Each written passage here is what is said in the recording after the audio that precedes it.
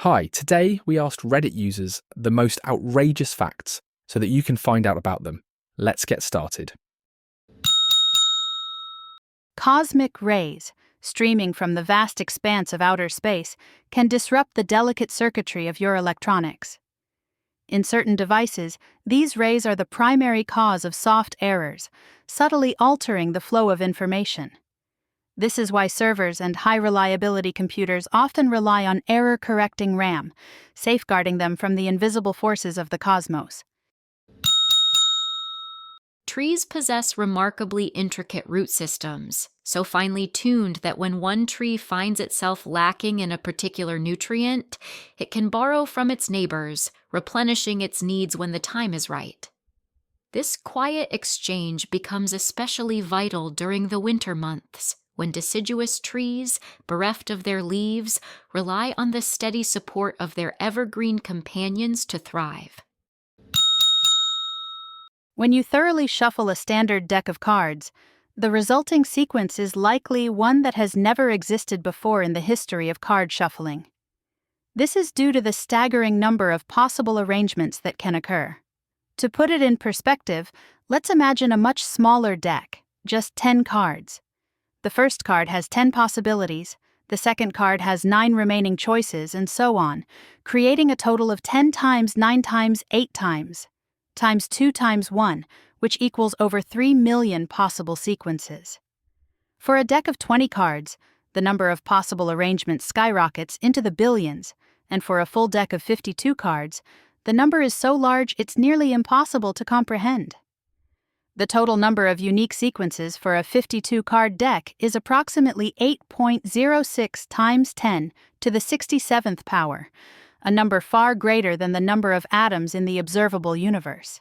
The sheer vastness of these possibilities means that when you shuffle your deck, the arrangement you end up with is almost certainly one that has never occurred before, making every shuffle a unique moment in time. There were individuals who perished in the aftermath of the atomic bombings of Japan, yet had been born during the era of Japan's samurai, an era defined by swords, spears, and bows. Within the span of a single human lifetime, Japan's military evolved from ancient weaponry to the might of planes, tanks, and aircraft carriers. Such profound transformation in the blink of history's eye challenges the notion that civilization's leaps are unrealistic. Hiccups, that curious reflex we all experience, are thought to be a vestigial action, a remnant of our evolutionary past when we might have had gills, triggering the diaphragm to move in a way reminiscent of aquatic life. Edit. Wow, I can't believe the reaction to that. I see so many kind words from people, and I can't help but feel that I've earned them. Though, I must admit, I quoted something off the top of my head without fact-checking. I appreciate all the thoughtful discussion that has come from my carelessness. At least it sparked conversation, even if I wasn't entirely accurate. The pistol shrimp possesses a truly remarkable ability. It can generate a cavitation bubble with its powerful claw, which, upon collapsing, creates a burst of light known as sonoluminescence. This flash of light reaches temperatures approaching those found on the surface of the sun. In addition to this incredible phenomenon, the sound produced by the shrimp's claw can rival some of the loudest creatures in the ocean, making it a tiny yet awe-inspiring force of nature. Contrary to popular belief, chocolate doesn't naturally contain caffeine. Instead, it contains theobromine, a compound belonging to the same family of methylxanthines as caffeine. While both have stimulating effects, it's the theobromine that gives chocolate its characteristic properties.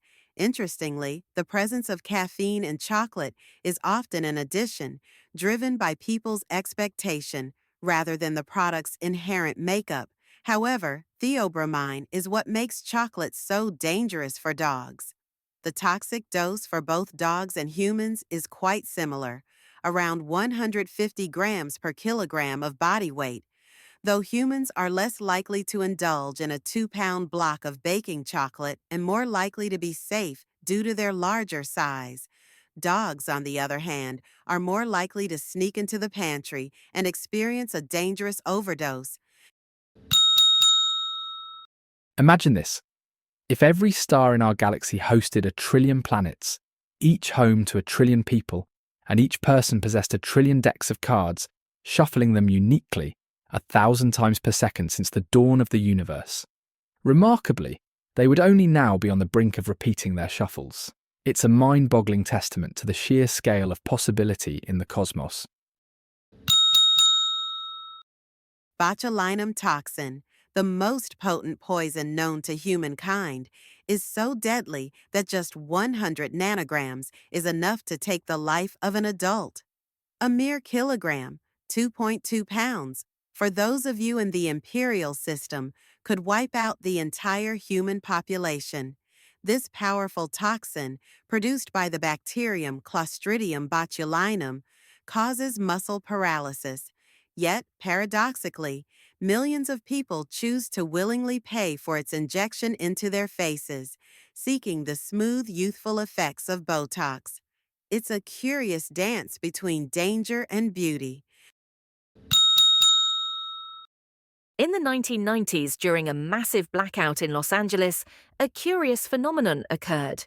People began calling the police, reporting mysterious glowing clouds hovering over the city. Unbeknownst to many, what they were witnessing was the Milky Way galaxy, revealed in all its splendor for the first time. With the city's lights extinguished, the lack of light pollution allowed the stars to shine brightly, offering a rare and breathtaking view of the cosmos that most had never seen before. It was a moment of awe, nature's beauty unfolding in a way that only the absence of modern distractions could reveal. The coat worn by Frank Morgan, Professor Marvel, the Wizard of Oz, in the classic 1939 film, was reportedly purchased by the studio from a second-hand store in search of props. Remarkably, it turned out to have once been owned by none other than L. Frank Baum, the author of the original Oz books. While some suspect this might have been a publicity stunt concocted by the studio, if true, it would be one of the most bizarre coincidences in history, unless you consider the even stranger series of events surrounding Robert Todd Lincoln, the son of President Abraham Lincoln. He was involved in or near the first 3 presidential assassinations in U.S. history. When his father was shot, Robert was across the street at the White House. When President James Garfield was shot, Robert was the Secretary of War and was present at the scene. And when President William McKinley was assassinated, Robert was at the Pan American Exposition in Buffalo, though in a different area. It's a chillingly improbable pattern, but, as I checked, no, he's not buried in Dallas. That would have been truly uncanny. Then, in 1863, a year and a half before his father was assassinated, Robert Todd Lincoln was in Jersey City, New Jersey, of all places, where he nearly fell onto the train tracks, almost meeting a tragic end. His life was saved by none other than Edwin Booth, a famous actor, and, shockingly, the brother of John Wilkes Booth, the man who would later assassinate his father. You couldn't script a more incredible twist of fate. During the Cold War, the alignments of the Soviet Union and the United States often reflected stark contrasts in their foreign policy approaches, especially when it came to their alliances in the Third World. The Soviet Union, despite being a one-party communist state, often found itself allied with various democratic movements or anti-colonial struggles, supporting groups fighting for independence and social change, particularly in Africa, Asia, and Latin America. These movements, though ideologically aligned with the Soviet model of governance, sometimes included democratic elements that the Soviets hoped to influence or support as part of their broader strategic interests.